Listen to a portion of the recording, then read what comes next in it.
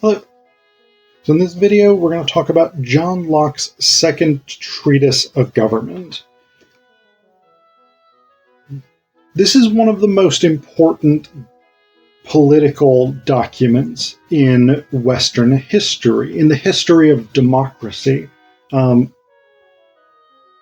it's also, it's one of those texts that when this came out in 1689, people were like, it was this revolutionary document that imagined a kind of liberty of the individual and social equality that very few people had advocated for prior to this.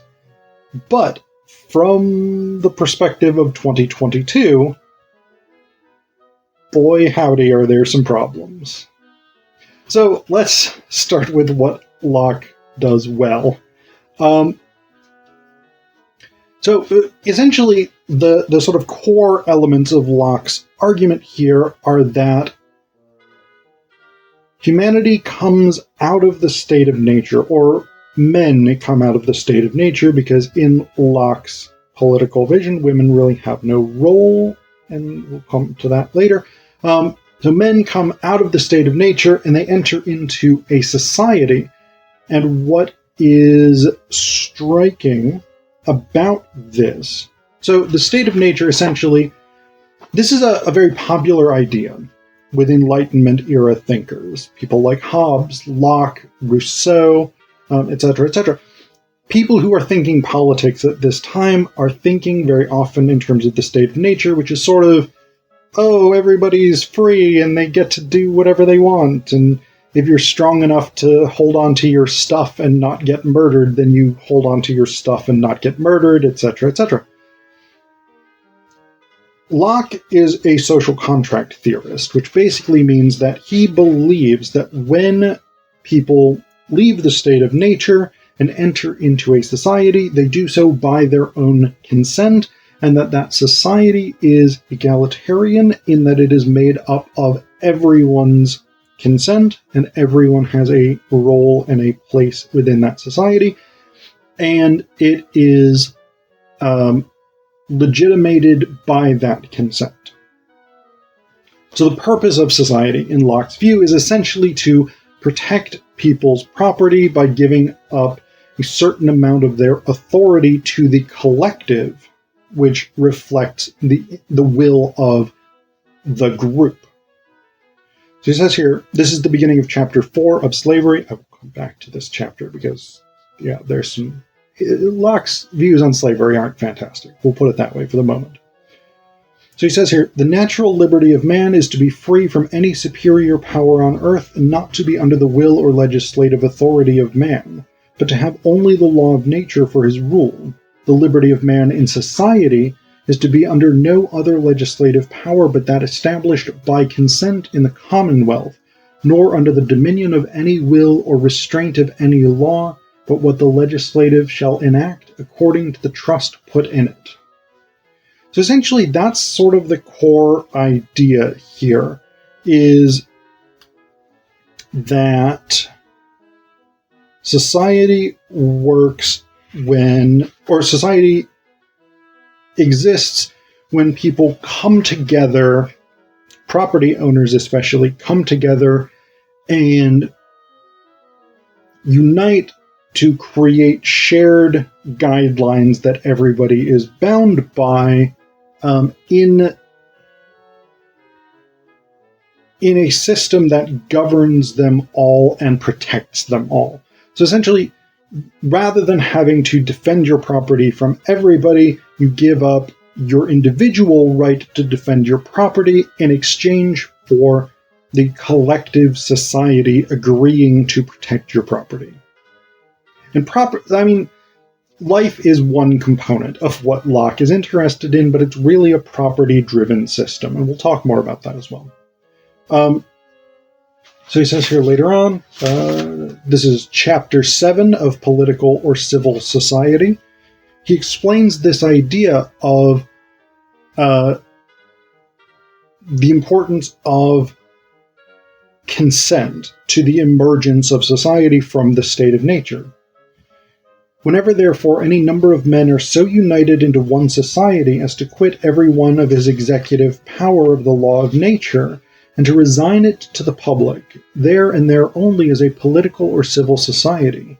And this is done wherever any number of men in the state of nature enter into society to make one people, one body politic, under one supreme government, or else when anyone joins himself to or incorporates with any government already made. For hereby he authorizes the society, or which is all one, the legislative thereof, to make laws for him, as the public good of the society shall require, as the execution whereof his own assistance, as to his own degrees, is due. So essentially this is consent of the governed. This is the key idea, the key innovation of Locke's argument, that any government is legitimate only to the extent that it protects the interests of the people who have come together to form that government and to empower that, whatever form that authority has. He talks about this extensively at the beginning of chapter 8 of the Beginning of Political Societies. And I'm just going to read you a couple of passages here. But again, this is all pointing to this same idea that in 1689 was absolutely revolutionary. So he says, when any number of men have so consented to make one community or government, they are thereby presently incorporated and make one body politic, wherein the majority have a right to act and conclude the rest. For when any number of men have, by the consent of every individual, made a community, they have thereby made that community one body with one power to act as one body, which is only by the will and determination of the majority, for that which acts any community being only the consent of the individuals of it. And a little bit later he says, thus every man, by consenting with others to make one body politic under one government, puts himself under an obligation to every one of that society to submit to the determination of the majority and to be concluded by it. So this is another big central idea in Locke's philosophy, is essentially that the legislative power of the body politic is absolute and commands loyalty because it rules through the consent of the people, and because the people, in Locke's view, are largely unable to err because because the communal will is based on rational self-interest, in the sense that for Locke, the society, political society, the body politic represents the protection of everyone equally. And so in that sense, everyone has a vested interest to protect everyone else's property because that is how their own property is going to be protected. So this is the idea, is that by creating stable, and this is not a bad idea necessarily, that by creating stable societies, everyone has an equal interest in that stability to protect themselves. Now, because for Locke, the legislative, or we would say today the legislature, I think, the legislature has a vested role to protect everyone's property. It works for the common good, and therefore it is absolutely unquestionable. But, when it does not, when the legislature ceases to work for the common good, when it moves toward becoming tyrannical or toward usurping property unjustly, then the people have a right and a responsibility to overthrow it. So he says here, the beginning of chapter 13 of the Subordination of the Powers of the Commonwealth, though in a constituted commonwealth standing upon its own basis and acting according to its own nature, that is, acting for the preservation of the community, there can be but one supreme power, which is the legislative, to which all the rest are and must be subordinate, yet the legislative being only a fiduciary power to act for certain ends, there remains still in the people a supreme power to remove or alter the legislative, when they find that the legislative act contrary to the trust reposed in them. In other words, when the legislature ceases to represent the common good, when it ceases to protect the general interest, then the people are empowered and indeed responsible for overthrowing that legislature. Again, in 1689, it's hard to overstate how revolutionary this was, what a new and distinct view this was. The idea that a government could be legitimately overthrown for failing to meet its obligations to protect the people. I mean, there's a straight line here between John Locke in the Second Treatise of Government and the American Revolution, and therefore the French Revolution, the Haitian Revolution, etc., etc. This idea that government works by consent of the people, and that when that government violates that consent is abolished, and the people have a responsibility to reform a new government that will support their interests. This is a revolutionary philosophy. Now, I said before, from the perspective of 2022, there are some things about Locke that are not fantastic, and I want to go through some of those, really focusing on two major things, some of which have larger implications. One is that Locke's history is incredibly bad, and he grounds a lot of his political philosophy on historical events. So there's two ways in which this is bad. His history is bad. One is he takes biblical history to be largely true, including things like Adam and Eve in the Garden of Eden, Noah's flood, etc., etc., which science and history and archaeology and paleontology and geology all now tell us are complete bullshit. They did not happen. So yeah, if you're building any sort of argument on the basis of God gave Adam and Noah sovereignty over the earth, turns out that did not happen. Those were not real events, etc., etc. Now, to be fair, in 1689, people did not necessarily know that at least early biblical history was not historically accurate. It probably was a widely held belief that the Bible was accurate history, that all of these things had happened, etc., etc. So we can't really fault Locke for this. But, again, from the perspective of 2022, when you're building your political philosophy on this idea that sovereignty is grounded in these initial gestures where God gives sovereignty to Adam or Noah or whatever it is, that's kind of a problem for us today.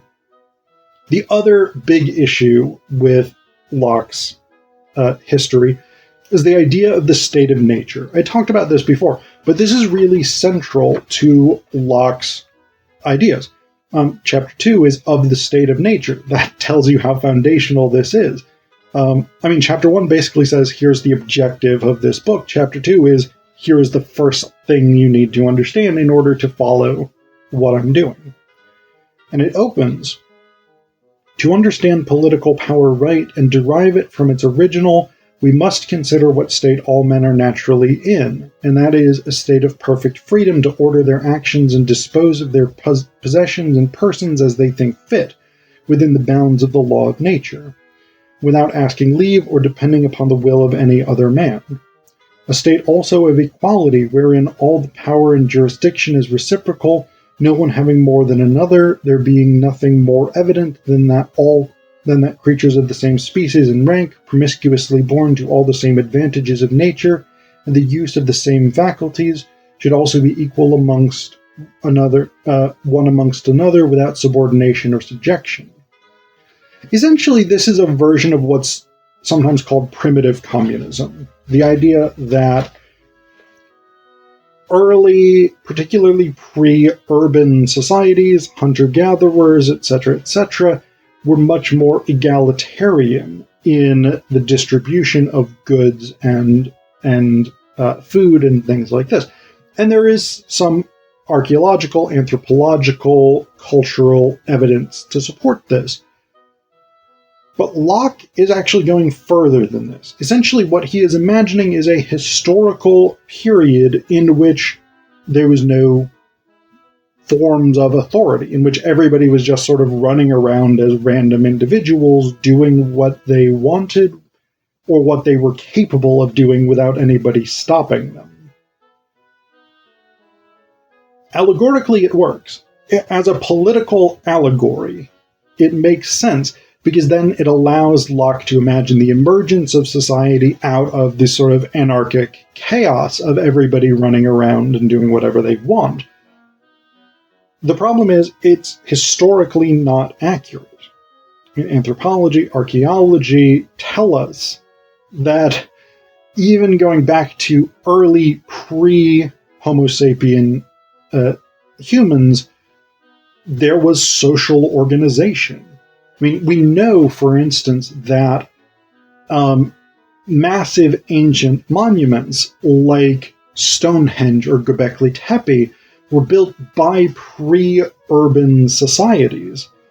And so there was clearly social organization, there was clearly some sort of coordination between these disparate groups. It wasn't just everybody doing their own thing and people living as individuals. And so when Locke frequently takes the state of nature to be a real historical period out of which society emerges, he's actually missing a major thing. Like, his political philosophy is grounded on that idea that this is a historical period out of which societies emerge. And the problem is, when you take that premise away, when the state of nature is not a historical period,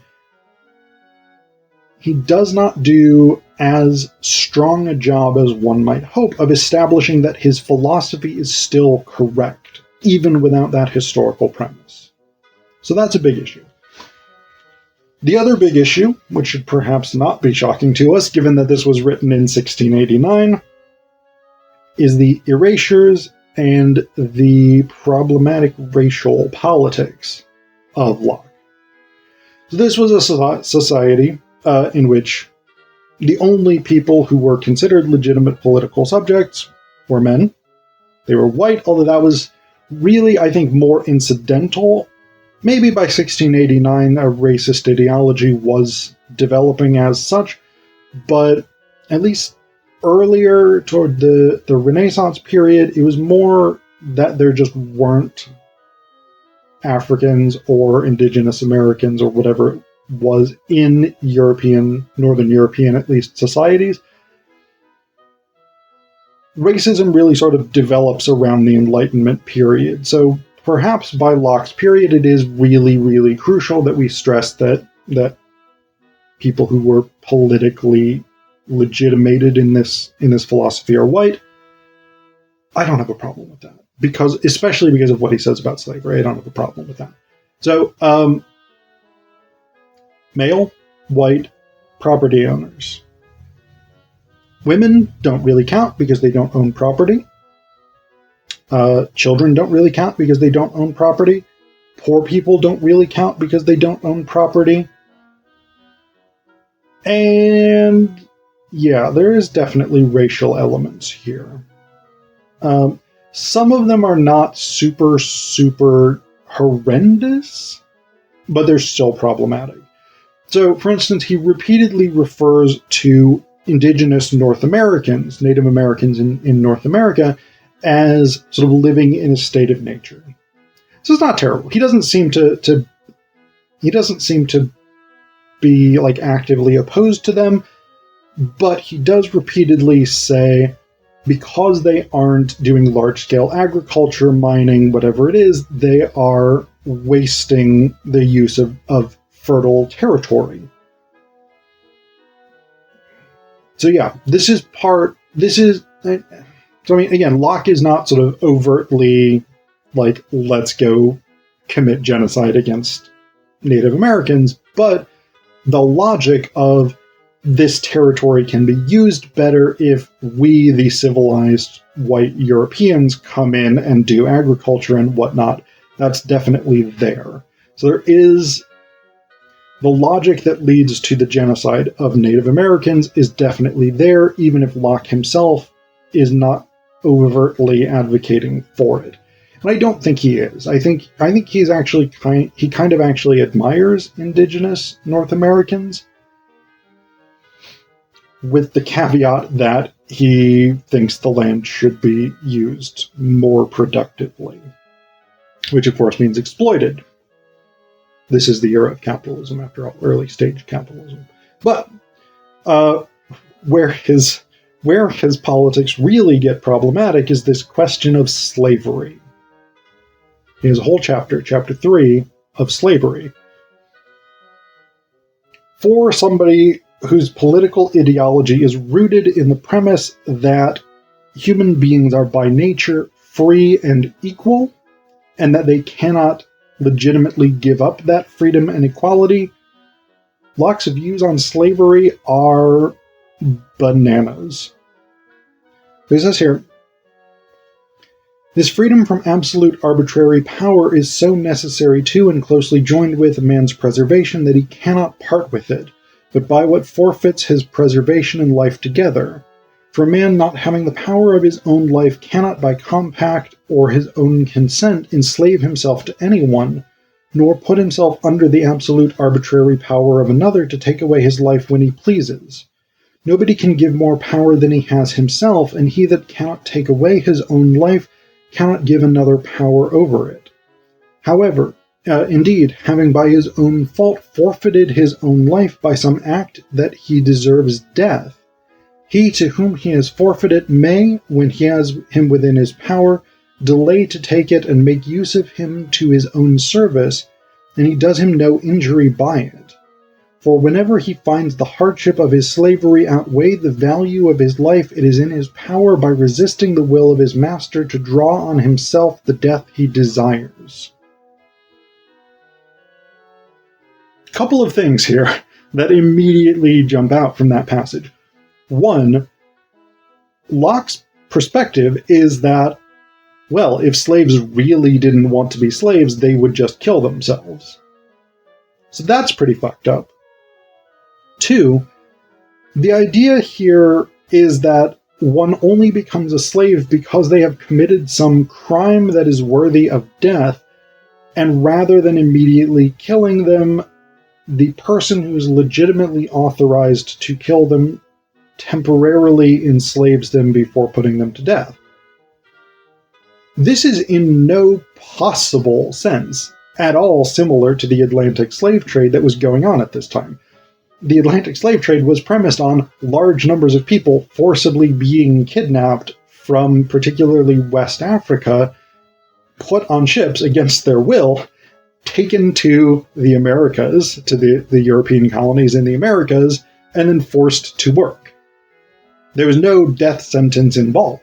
I mean, it was essentially a death sentence to be enslaved, but there was no, you have committed this crime and been found guilty, and therefore you are getting enslaved. That did happen, something like transportation from European nations to the US colonies, to the Caribbean, to Australia. That did happen. Transportation did happen. But with the triangle trade, the trade of Africans enslaved and brought to the American colonies, there was no sense of these people have committed a crime and therefore deserve to be enslaved. It's simply complete nonsense. And what makes this worse is that Locke would have known this because, and this is where it starts to make sense that he gives this defense of slavery. Locke was invested in slave trading.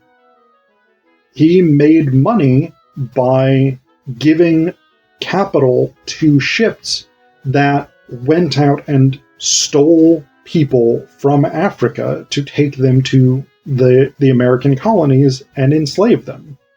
That is one of the ways in which Locke made cash. So in that sense, it's not super surprising that he's here saying slavery is fine. The other thing that he says about slavery here is that it's never in history been absolute.